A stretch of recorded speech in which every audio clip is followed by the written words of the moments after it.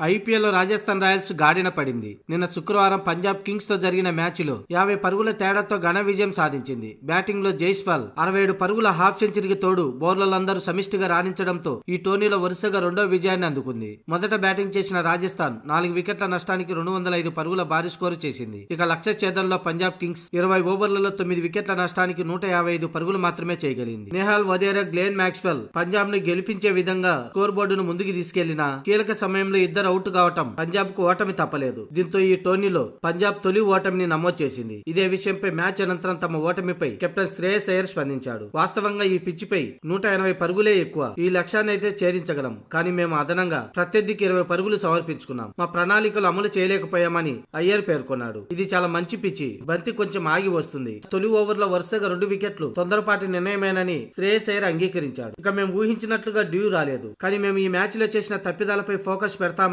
Bowling batting లో ఎక్కడ తప్పు చేశామో గుర్తించి తదుపరి మ్యాచ్ లో సరి చేసుకుంటామని శ్రేయస్ అయ్యర్ పేర్కొన్నాడు. అలాగే వధేరా ఒత్తిడిలో అద్భుతంగా ఆడాడు, పరిస్థితులను చక్కగా సద్వినియోగం చేసుకున్నాడు. తన ఇన్నింగ్స్ రాబోయే మ్యాచ్ లో కూడా ఇలాగే కొనసాగుతుందని ఆశిస్తున్నా అంటూ శ్రేయస్ అయ్యర్ పేర్కొన్నాడు. ఇక మా తప్పిదాలను తెలుసుకునేలా చేసిన ఈ ఓటమి మంచిదేనని భావిస్తున్నా. టోర్నీ ఆరంభంలో ఎదురైన ఈ పరాజయం మమ్మల్ని మేల్కొల్పుతుందని శ్రేయస్ అయ్యర్ అన్నాడు.